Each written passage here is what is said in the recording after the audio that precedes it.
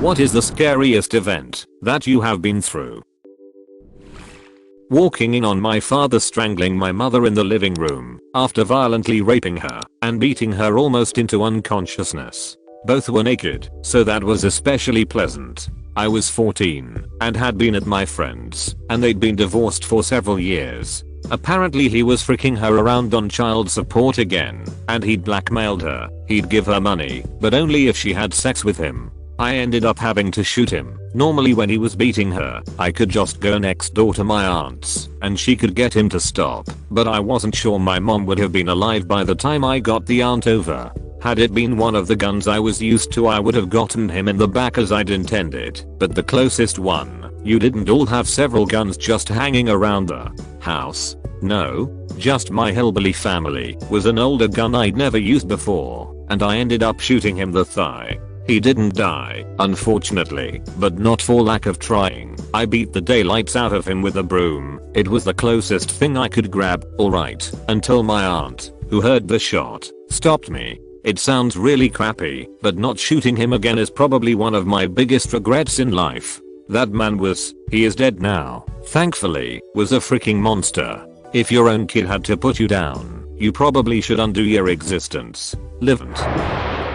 The birth of my son. My wife had to have a C-section when our oldest was born, so she had some complications with the pregnancy when she had my son. One night she comes out of the back after dinner and says she's bleeding. Call the doctor, who said get to the hospital as soon as possible. Dropped everything and went. Dropped my wife with the nurses at the front of the hospital and parked the car. By the time I made it inside, they had 2 lines in her and were prepping for emergency surgery. I was able to walk with her to the door of the operating wing, but then they told me I couldn't come. Spent 3 hours pacing in the waiting room. When a nurse finally came out, they told me my wife died on the table twice. The complications caused her uterus to rupture during the C-section, and she lost 7 units of blood.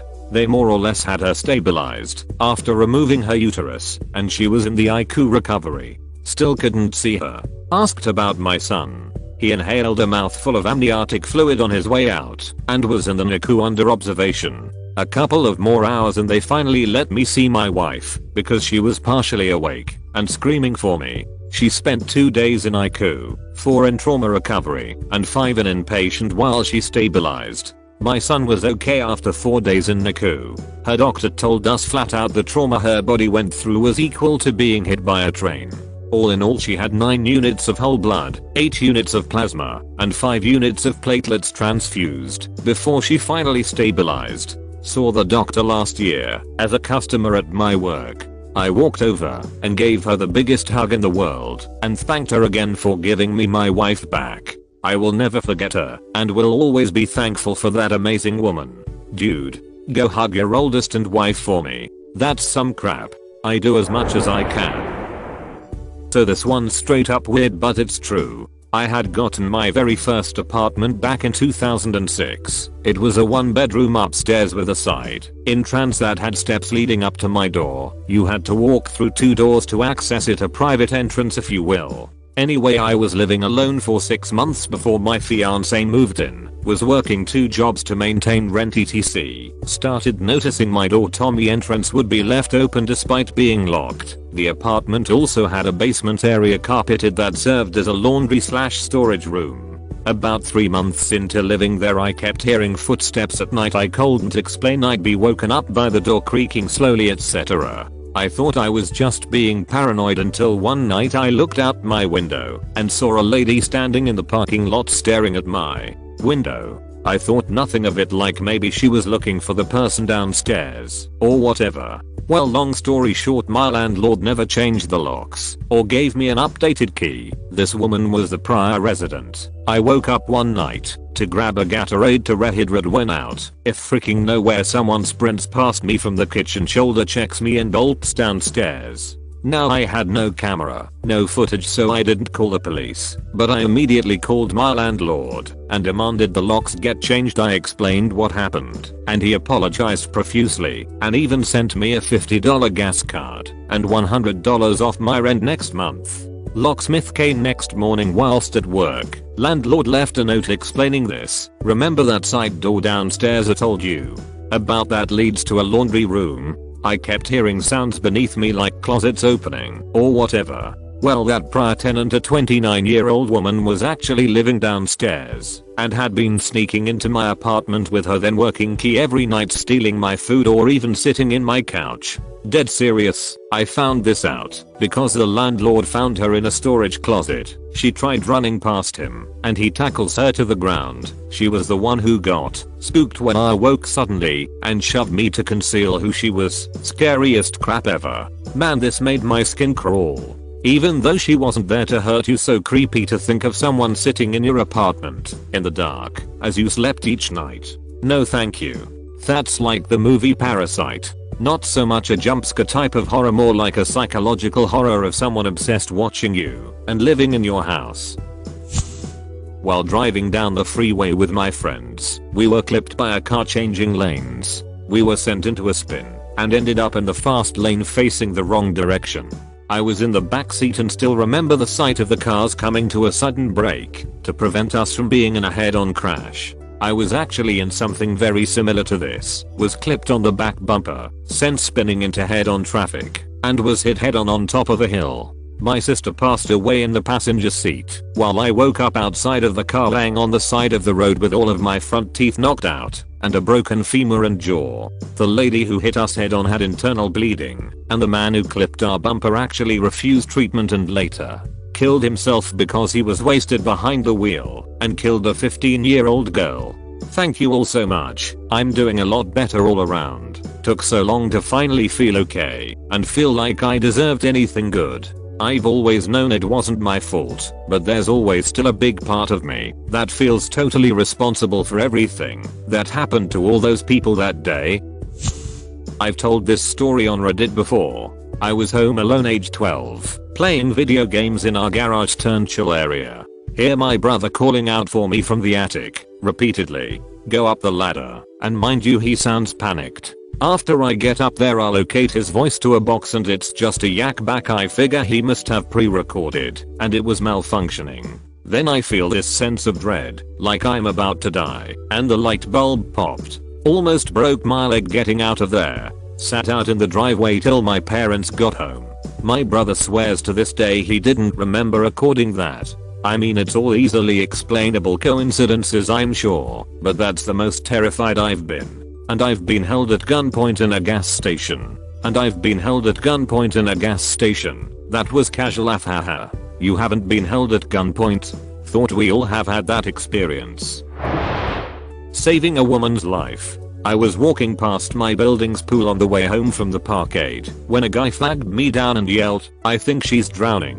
I remember very little of what happened next, but I pieced together that I ran like freaking hell to get there, jumped in fully clothed, phone in pocket, grabbed her from the front. Hot tip: don't grab a drowning person from the front, they will climb you, and got her out of the pool. I was in no danger, but after the crisis was over, fear washed over me like I could not believe. I cried in the shower for an hour until I finally calmed down. I would do it again in a heartbeat. I saved a drowning kid in a crowded wave pool at an amusement park once. I'm very short, 5'1", and I could barely touch. I'm a good enough swimmer to save myself if need be, but there was no way I could properly save this kid. So with all the adrenaline and sheer will my body could muster, I just picked him up and threw him as hard as I could backwards toward the shallow end. I turned around in time to see him recover and heard "thanks lady." Freaking scary experience. This story is not funny at all, but for some reason the thought of some little kid just yelling "thanks lady" after you catapulted him to the shallow end make me laugh out loud. When I was roughly 11, my dad, brother, and I were hanging out at our neighbor's house. My brother was roughly 9 and the neighbor's girls were probably roughly 4 and roughly 6. Their dad was quite the alcoholic and drug addict. I was downstairs watching TV with the other kids when we heard a huge slam on the floor. According to my dad, at this point the girl's father had grabbed his wife by the hair and dragged her across the floor. Being who he is, my dad intervened. I remember running out of the room we were in to my dad and this guy rolling down the stairs. My dad was able to pin this guy to wall, his face covered in blood, and screamed for me to get all of the kids and get out of the house now. I was petrified, especially after seeing my dad's face with blood on it. It was pouring rain and I grabbed my brother and the girls and we all ran outside, no shoes or anything. Their mom was nowhere to be found, but there was a cop car sitting at the top of the driveway. The kids and I all ran up there and got into the back where the girl's mom was waiting, bawling her eyes out. We waiting in the car while my dad was almost shot trying to explain to the officers he wasn't the guy they were looking for. After the arrest was made, my family went back to our house to sleep.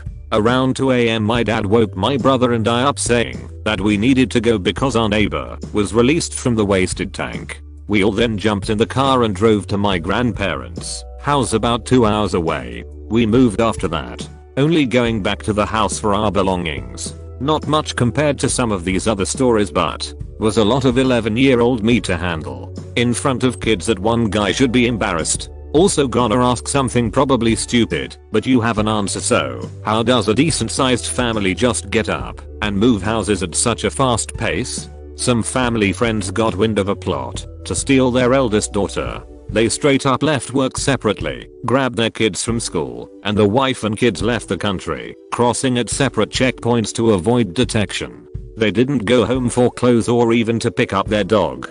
Didn't take laptops or toys or jack crap. The wife called from a payphone after they got across the border that night to get a neighbor to break a window and get their dog. Then she called us to apologize that they had missed their dinner plans with us. The father's cell phone wasn't retrieved for another week, let alone turned on. The answer to moving that quickly is that you decide your lives are more important than your belongings. Getting the phone call from my partner's best friend that he had been hit by a car. I lived on the other side of the country at the time, but luckily we had already planned a visit, and I was getting on a plane to go there in a few hours. His best friend was on the phone with him when he was hit, managed to figure out what had happened and what hospital he would likely be taken to. Then he contacted me and picked me up at the airport and took me to the hospital. I can't imagine what he heard on the phone, but I'm so glad he has such an amazing best friend. On a lighter note, because it was raining, his last words before being hit were, "Oh crap, my umbrella. Is he okay now?" My now deceased father pointed a gun at me when I was a teen and we were arguing. It was about a dog that kept getting out. Anytime someone got close he would run even faster. When we finally got him, my dad pulled his pistol and pointed it at the dog, yelling about how if it doesn't behave he would just shoot it. I challenged him and he pointed the gun at me. It was the longest moment in my life.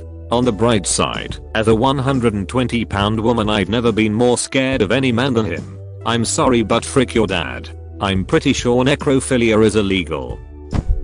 I came home one night after hanging out at a friend's house a few years ago. After I was sitting in my house alone for a few minutes, I heard screaming and crying coming from the neighbors. Apparently, their teenage son heavily overdosed, and they found him dead on his bed with foam coming out of his mouth.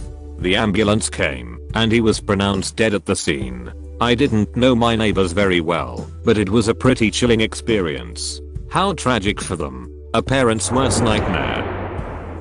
Confronting a guy that was literally trying to break into my apartment. We scuffled for 2-3 seconds and luckily he fled.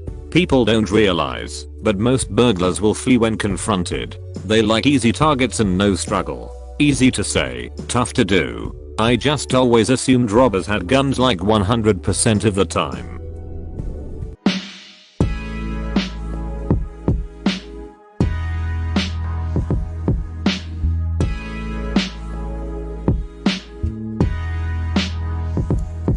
When I think of the scariest event, a lot of things come to mind, but one of the things that scares me to this day was, I think I was in first grade, and I was walking home.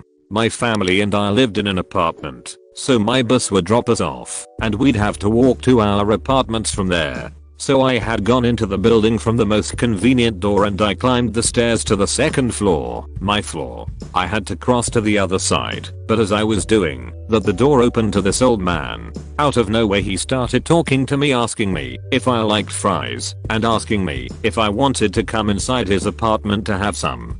Thankfully I was wary of strangers and I just told him I had to get home. When I told my mom, she started crying and hugging me. I never realized just what could have happened that day until years later. I had a similar incident when I was about the same age. I had been taking out the trash and this creepy dude with a rainbow on the back his shorts started following me and talking to me, asking if my mom and dad were home. I said yes and told him I had a brother who was on the football team of the local high school and he'd be home any minute. I was an only child, but I was trying to scare the fricker. Dude followed me up to my door and I slammed it in his face. Good. I'm glad you're okay.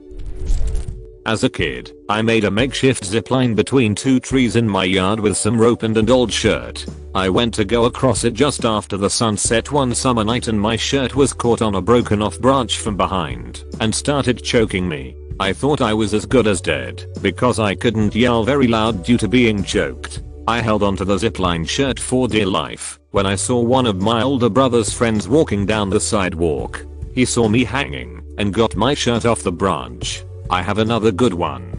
I was in Iraq, JB Ballard, sleeping when a rocket hit the base that shook my trailer. The housing area I was in was pretty well protected by T-walls and sandbags, so unless the crams didn't get it and hits the roof you are relatively safe. Safish or not, getting woken up to something blowing up nearby and shaking the building will ruin your underwear. In a high school history class, we had a veteran come and talk to us about his experience in the Vietnam War. He brought his camera while he was overseas, and we got to see all the photos he took. My favorite, and his too if I recall, was one where there was an incoming rocket, so him and the other guys went into their bunker real quick, but he left his camera up top. The shake of the explosion caused the shutter release to trigger, and it took a photo of the rocket exploding in the dirt.